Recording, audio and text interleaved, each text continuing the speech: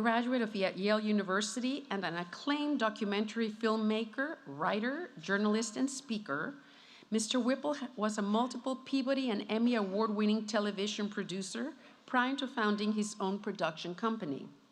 He is the author of the 2017 New York Times best-selling book, The Gatekeepers: How the White House Chiefs of Staff Define Every Presidency.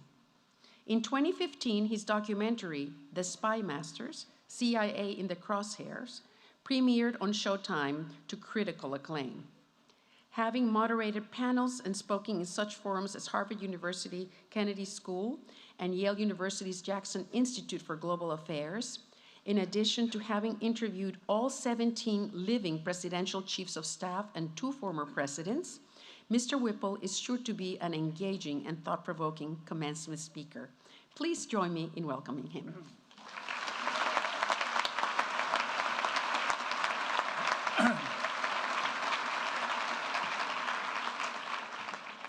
Thank you so much, Margarita. Members of the Board of Trustees, parents, friends, and of course, most of all, the members of the class of 2018. I am really honored to be here. And trust me, I'm just as surprised to be up here as Charlie was. You know, giving a commencement address is an important responsibility, or so I thought, until I reflected back on my own graduation in 1971 and compared notes with my classmates. The commencement speaker that year was so profound, none of us can remember a single word that was said. We can't even remember who it was. Rajan, congratulations on a remarkable run. And Margarita, I know you're not leaving yet, but I just want to say, next to the White House Chief of Staff, the most demanding job in America might be head of school at Deerfield. And let me point out, the average tenure for a White House chief is 18 months and getting shorter all the time. You have been at the top of your game for 13 years. That is amazing.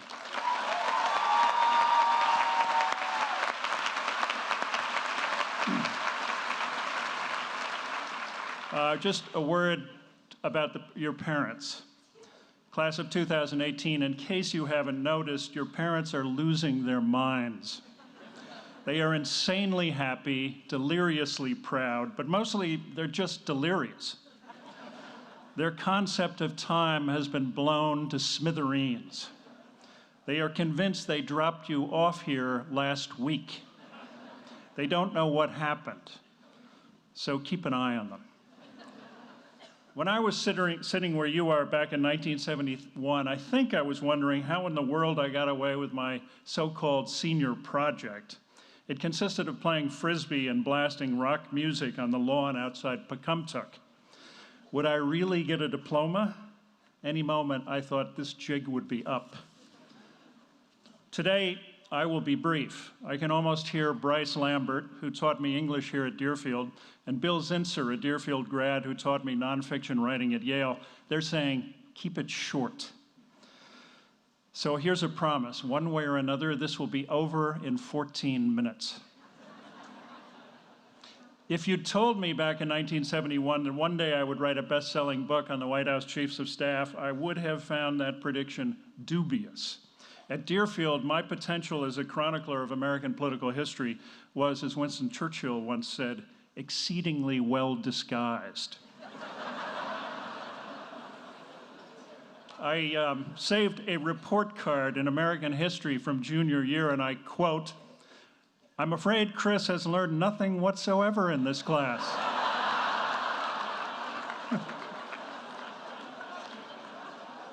It goes on. It is unfortunate that he has put in the minimal effort.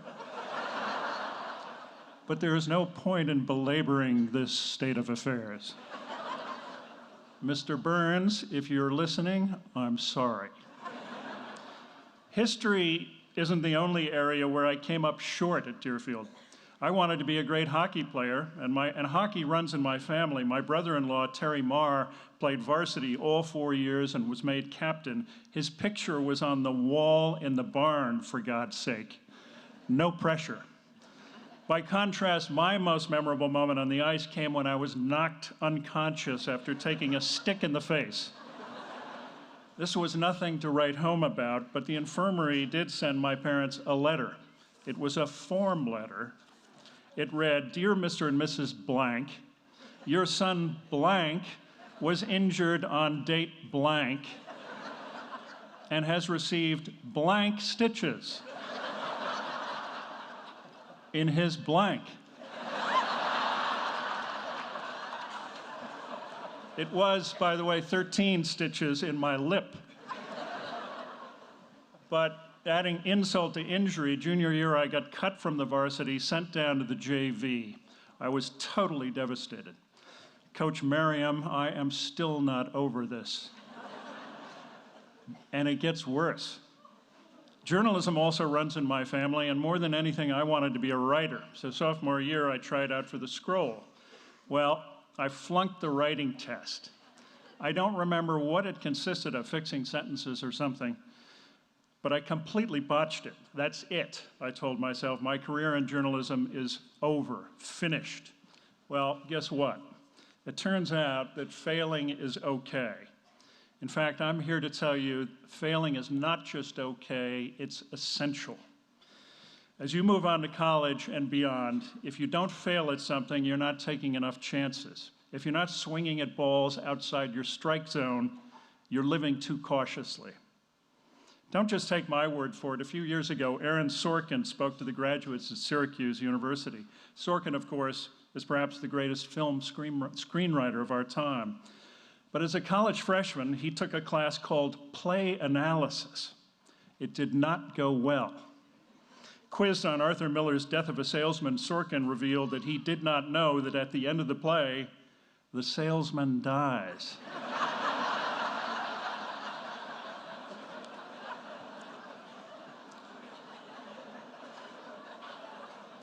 He flunked the class.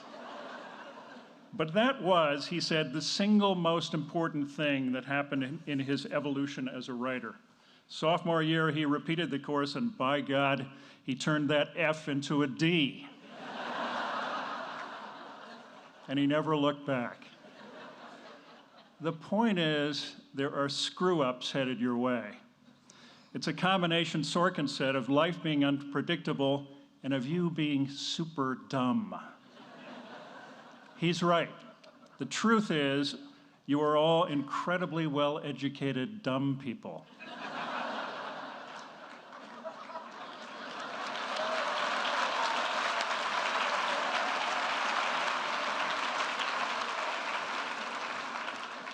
I certainly was. The truth is, you know, no matter how smart you are, you're going to mess up, and your life is not going to follow your script. The trick is to be ready for unexpected turns in the road. Stephen Colbert says, life is an improvisation. You have no idea what's going to happen next, and you're mostly just making it up as you go along. I am no Aaron Sorkin or Stephen Colbert, but I stumbled into a career I never could have imagined when I sat where you're sitting right now. As a journalist, I've covered apartheid in South Africa, revolution in the Philippines, famine in Somalia, hunger strikes in Northern Ireland, war in the Middle East and Central America. I've interviewed Winnie Mandela and Imelda Marcos and Dick Cheney and George H.W. Bush and the directors of the CIA. I've been a producer at 60 Minutes, made a film for Showtime, and wrote a book that's kept me on cable TV news for more than a year now. None of this would have happened if I had followed my plan. You see, becoming a reporter was not my plan. When I graduated from college, the stars of the biggest journalism show in town, Time Incorporated, the publisher of Time, Life, Sports Illustrated, Fortune, Money, were the writers. They were actually rewriters who took reporters' stories and actually reworked them completely, polishing them into what they thought was deathless prose. The writers never left the rarefied air high above Rockefeller Center. By contrast, the grunts were the reporters who went out in the field and into the muck, actually covering stories. Well, I wanted to be a writer, and lo and behold, I was hired as one by the monthly Life magazine, and I thought to myself, I've arrived. But once again, I bombed. I was terrible. It was a disaster. But instead of firing me, my boss did me a life-changing favor. He demoted me, kicked me out of my office, told me not to come back until I had a story. That's how I found out that I was born to be a reporter. I had a knack for getting into inaccessible places and getting people who never gave interviews to talk. My failure as a writer, like Sorkin's failure with that Death of a Salesman class, was the single most important thing in my evolution as a journalist. I wound up covering stories for Life on 5 continents, played tennis with Bjorn Borg on the red clay in Monte Carlo, dodged tear gas on the West Bank, sailed on the battleship New Jersey, and eventually I became a pretty good writer too. So my advice to you is don't be in a hurry, don't rush into a preconceived blueprint that you've drawn up for your life. There's time to change majors, change jobs, change careers, to experiment, to stumble, to find out that defeat is not the end of the world. And whether you decide to become a doctor or a lawyer or an actor or a banker or a candlestick maker, make a connection to something larger than yourself. David Foster Wallace once said, the trick is how to keep going through your comfortable, prosperous, respectable adult life, dead, unconscious, a slave to your head and your natural default setting of being uniquely, completely, imperially alone, day in and day out. So in college and beyond, look up from your iPhone or laptop, pay attention to what's happening in this country, and in any way you can, do something to make it better. Before I talk about the truth, let me say a word or two about things in Washington, D.C. Imagine a president running the White House like a crime family who has contempt for constitutional norms and democratic institutions, who attacks law enforcement professionals, who demonizes anyone who criticizes him as an enemy. But enough about Richard Nixon.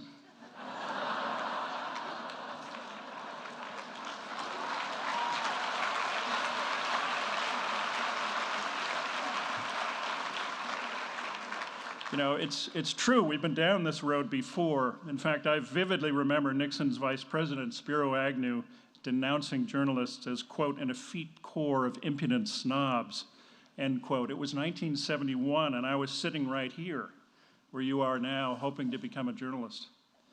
That was just the beginning of a rampage of criminality, illegal break-ins, political dirty tricks, bribery, corruption, cover-ups that came to be known as Watergate. The rule of law, the main thing that distinguishes this country from a criminal oligarchy like Russia, was in jeopardy. Well, we got through it. The bad guys lost. The rule of law prevailed. But there was no guarantee what the outcome would be, and there are no certainties today. As it turns out, Watergate was just a warm-up for what is happening in Washington today. The rule of law is once again under assault. But there's a simple way to defend it, and that is tell the truth and to demand it from those who lie to further their political ends. Deerfield stands for many things: character, civility, integrity, community, but in my mind, the most important is the pursuit of truth. Truth is not dogma or ideology or opinion. It's not the world according to CNN or MSNBC or Fox News or Breitbart. I don't care if you're a Democrat, Republican, libertarian, anarchist, or egalitarian. You're entitled to your own beliefs, but you are not entitled to your own facts.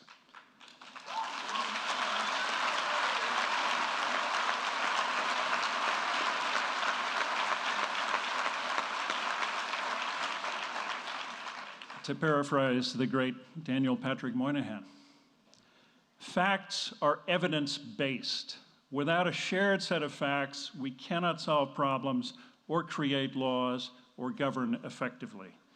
And if nothing is true, as the writer Timothy Snyder points out, then no one can criticize power because there's no basis upon which to do so. Truth was the first casualty of this presidency when the press secretary lied about the size of the inaugural crowd.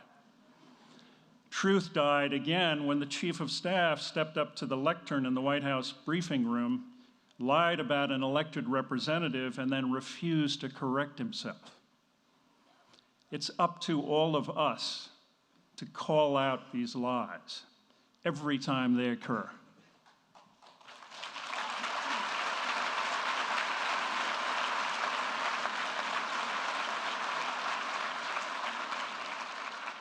And worse than those who do the lying are those who go along with them. It's a Faustian bargain in which you trade integrity for power. Truth will not prevail unless you demand it. To quote our own Margarita Curtis, share the habits your teachers demonstrated and instilled. Inquire, be curious, seek the truth. In other words, be worthy of your heritage. In writing my book, The Gatekeepers, I was extraordinarily fortunate to get to know 18 White House chiefs of staff, and I learned a lot from them. On December 5, 2008, with the country in crisis, on the verge of another Great Depression, 13 of them gathered at the White House at the invitation of the outgoing chief, George W. Bush's Joshua Bolten. They came to meet Barack Obama's incoming chief, Rahm Emanuel. They were Republicans and Democrats representing every view on the political spectrum, from Dick Cheney to John Podesta. But on this day, a moment of crisis for the country, with the auto industry about to collapse, credit frozen around the world, 2 wars mired in stalemate, they put their partisanship aside. They sat around a table and took turns giving Emanuel their best advice on how to run the White House. They wanted him to succeed. They cared more about the country than their own ideological agendas.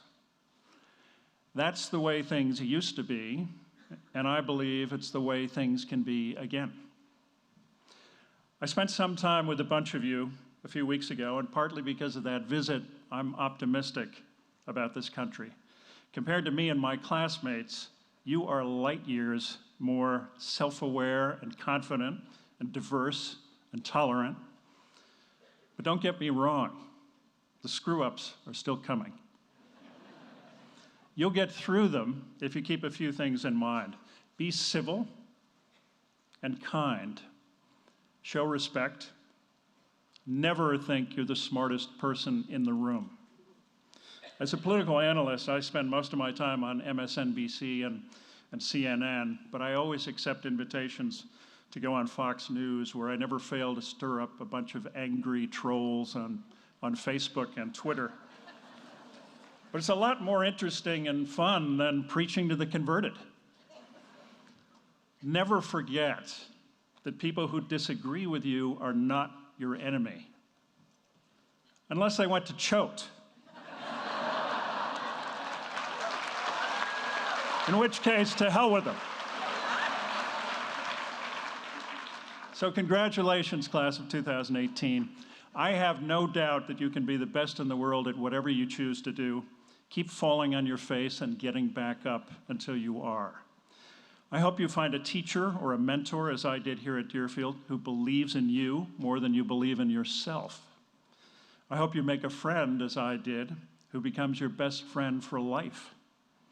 I hope you reconnect with Deerfield classmates decades later, as I have just this year, and become closer to them than you ever were before.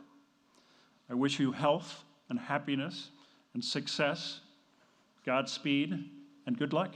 Thank you.